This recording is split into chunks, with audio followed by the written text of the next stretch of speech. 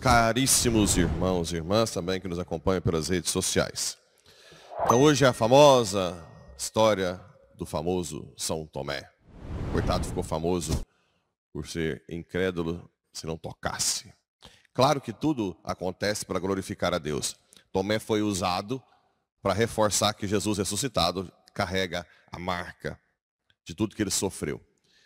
Se tem uma discussão na igreja, como é que é o corpo glorioso? Como é que vai ser o nosso corpo glorioso?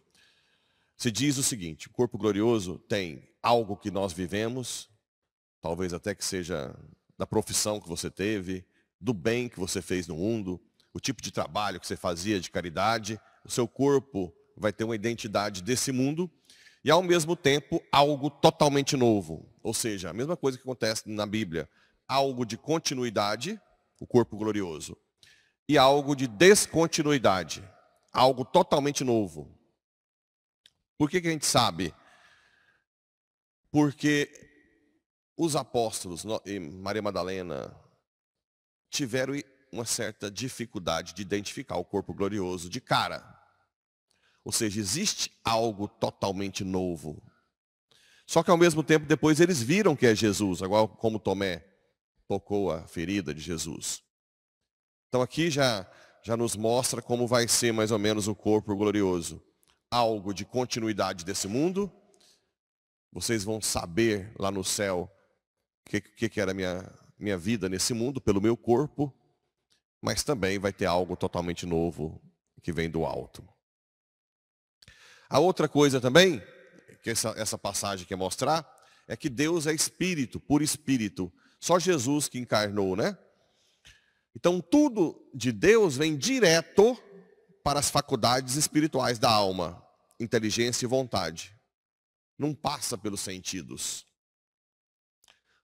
Ora, se tudo vem direto, não passa pelos sentidos, a teologia, tudo que a gente explica aqui, é de uma forma chamada análoga.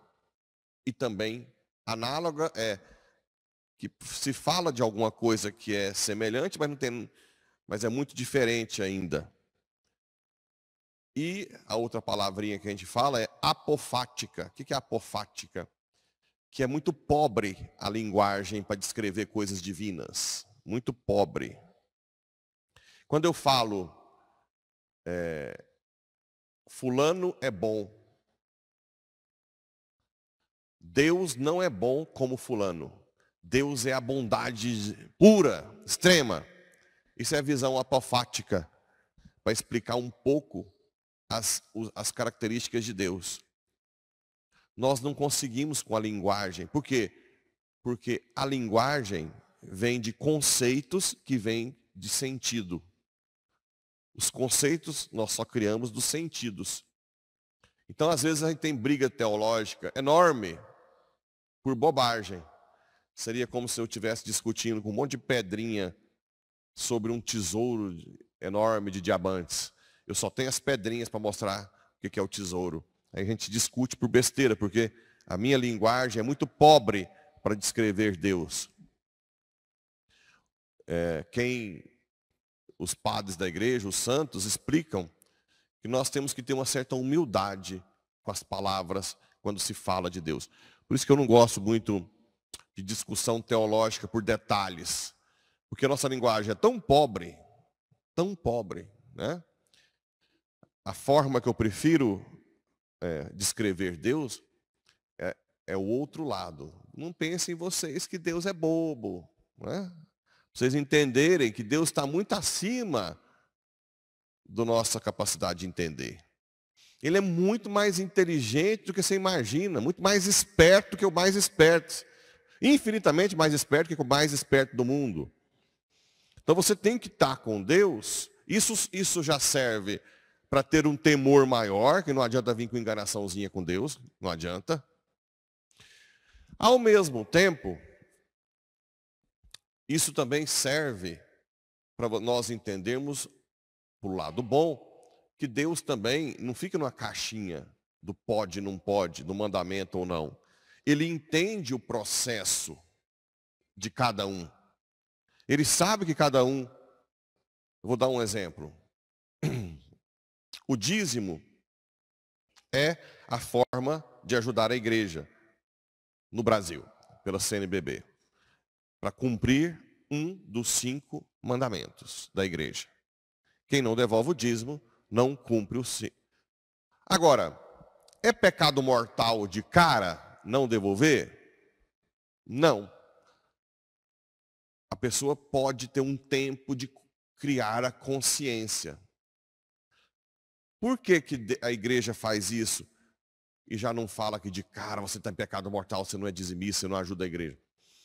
Porque tem pessoas que vêm para a igreja com um monte de ideologia na cabeça, que aqui o dinheiro vai para o Vaticano, para o Papa, que o bispo toma tudo, que o padre toma cerveja e fica passeando com o dinheiro da igreja.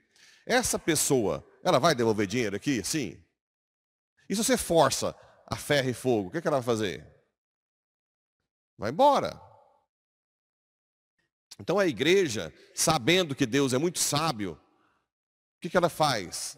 Forma a consciência da pessoa. Desmistifica os mitos, tira os mitos, né? Tira as ideologias. Aí a pessoa, e nesse intervalo de tempo, ele não pode falar que ela está em pecado mortal, ela está em processo de amadurecimento da consciência.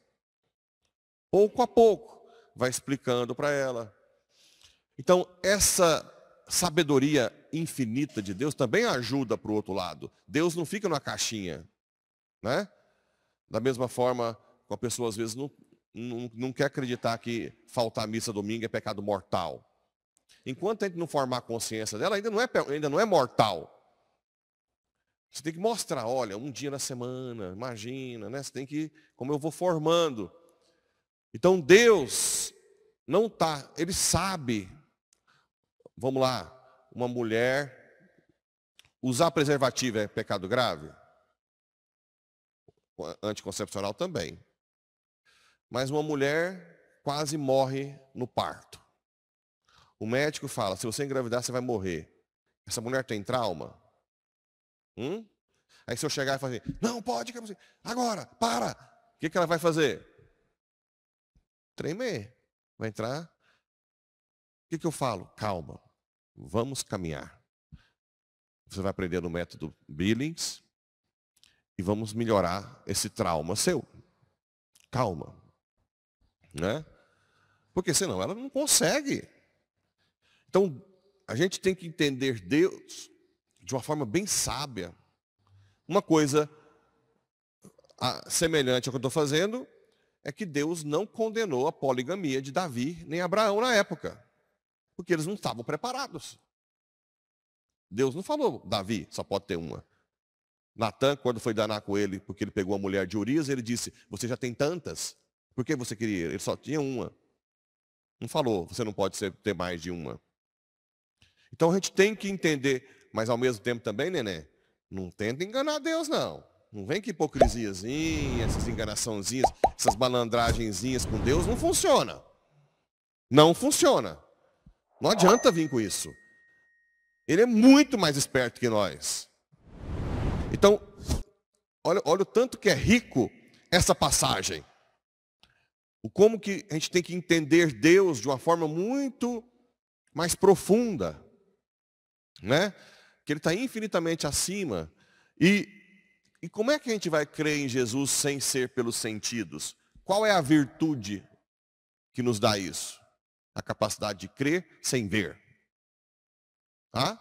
Fé, que é uma virtude teologal. A fé não é só crer. A fé também teologal é conhecer a Deus. Como assim, padre? Como Deus não passa pelos sentidos, se fosse uma fé só de crer, eu ia crer em quê? Se eu não vejo, não toco e não faço nada nos sentidos. Para eu crer, primeiro ele tem que fazer o quê? Se revelar. Concorda? Então Deus se revela, já é fé. Ilumina a minha inteligência, move a minha vontade para aceitar aquela verdade como minha e de me aderir a ela. Como é que é o nome dessas duas diferentes da fé de conhecimento e a fé de crer? A de conhecimento é fides quae, que em latim quae é de acusativo, é algo objetivo. E o fato de Deus mover as minhas faculdades para crer, fides qua.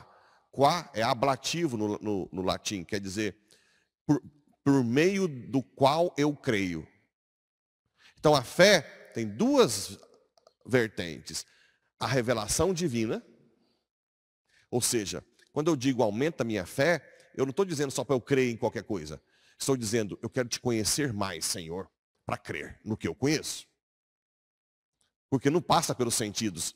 Não tem como eu crer em Deus naturalmente, com a fé humana. Só é possível crer em Deus se Ele se revela. Então, fé teologal também é conhecimento de Deus. Está pesado hoje a homilia? Ou vocês estão entendendo ou está voando, viajando na maionese? Hã? Não é tão difícil entender, não é? A fé, para crer em Deus, é uma coisa óbvia. Se eu não vejo, não toco, não cheiro, Ele tem que, de alguma forma, se revelar, ué. Senão eu vou crer em quê? Né? Então Ele se revela a mim, ilumina a minha inteligência e move a minha vontade para aceitar aquela verdade como minha e me aderir a ela. Eu vou me aderir à sua vontade, Senhor. E tudo isso é por essa... E aí sim, a primeira leitura, a igreja é muito sábia, ela é justamente para fazer a gente entender um pouco esse processo com Deus, entre os sentidos e o que vem direto dele, né? Já não sois mais estrangeiros nem imigrantes, mas concidadãos dos santos. A fé, a esperança e a caridade eleva a minha capacidade para me tornar concidadão dos santos. São as três virtudes que me fazem eu ter uma vida sobrenatural. Que é essa fé, que é conhecer a Deus e crer. A esperança, não esperança qualquer, esperança nele. E a caridade, como é que eu vou amar o que eu não vejo, o que eu não toco, o que eu não cheiro, o que eu não ouço? Por isso que a virtude da caridade é a capacidade que ele me dá para amá-lo sem ver, sem tocar, sem nada. A caridade, como virtude, tem como meta, primeiro, amar a Deus sobre todas as coisas. Como é que eu vou amar a Deus se Deus não me der essa capacidade? Se eu nem sei quem eu vou amar. Né?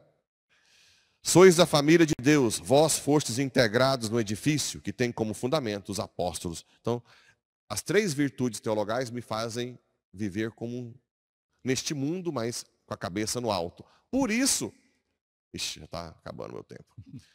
Por isso, quando você se converte, e você vai falar com seus familiares, todo mundo fica assim, você está doido? Essa pessoa não está normal. Que conversa é essa, comadre? Que doidura é essa? Você não passa por isso, não? Você está falando de coisas do alto, a pessoa está lá na topeira do Tatu, não entende nada. Né? Não entende nada que você está falando. Fala que está ficando doido. Ou então fala para a mãe, esse filho seu agora está bitolado. Né? Não entende. Por quê? Porque as virtudes teologais te levam para o alto. E é isso. E os santos, quando vão descrever as moradas mais superiores, como Santa Teresa d'Ávila, ela não acha palavras, já viu? Eu não sei como descrever o que eu vi, mais ou menos é isso. E elas falam isso toda hora, mais ou menos é isso, isso, isso.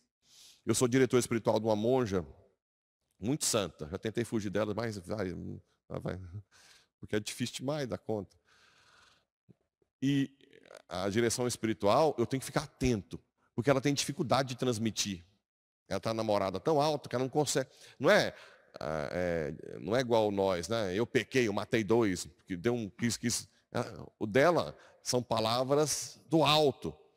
Então eu tenho que ficar prestar atenção para tentar achar uma foto do que ela está passando. Porque ela começa a falar de coisas do alto. Por isso que dá fadiga em mim. Né? Quando eu atendo um daqui, não, olha, eu quis isso, passei por isso, quis esganar eu fui isso. Isso não pode. É muito fácil de resolver. O dela não. É umas falas lá em cima. Né? Então você tem que ficar atento, buscar. E ela mudou para Anápolis. Pensei, agora está cheio de padre lá, né? Tem que fazer por vídeo aqui. Né? Eu já preparo antes, Senhor, me dá sabedoria para entender o que ela fala. Porque às vezes ela não acha a palavra. Não, estou passando, é isso, mas como é que é o negócio? Ela está lá no alto, né? E eu que já estou namoradinha lá na segunda. Tem que pegar o binóculo. Mas agora vocês vão entendendo um pouco o que é analogia, apofatismo. Nossa vida é muito pobre para descrever Deus. Né? E isso nos dá um temor para entender que ninguém engana Deus, mas também uma certa segurança. Porque Deus vê tudo, vê o seu coração, né? Quando você falta à missa, se você realmente queria faltar ou não. Não é só faltou à missa, está no pecado mortal. Ele vai analisar tudo. Qual a circunstância, se você lutou ou não, o que estava no seu coração ou não. Ele vai olhar tudo. E isso dá uma certa paz, né? Porque ele também vê para o lado bom da coisa. Então que o Espírito Santo e São Tomé interceda para que nós aumentemos a fé, a esperança e a caridade cada dia mais. Para crer sem ver, sem tocar, sem cheirar, sem ouvir. Simplesmente pela virtude da fé. Assim seja. Amém.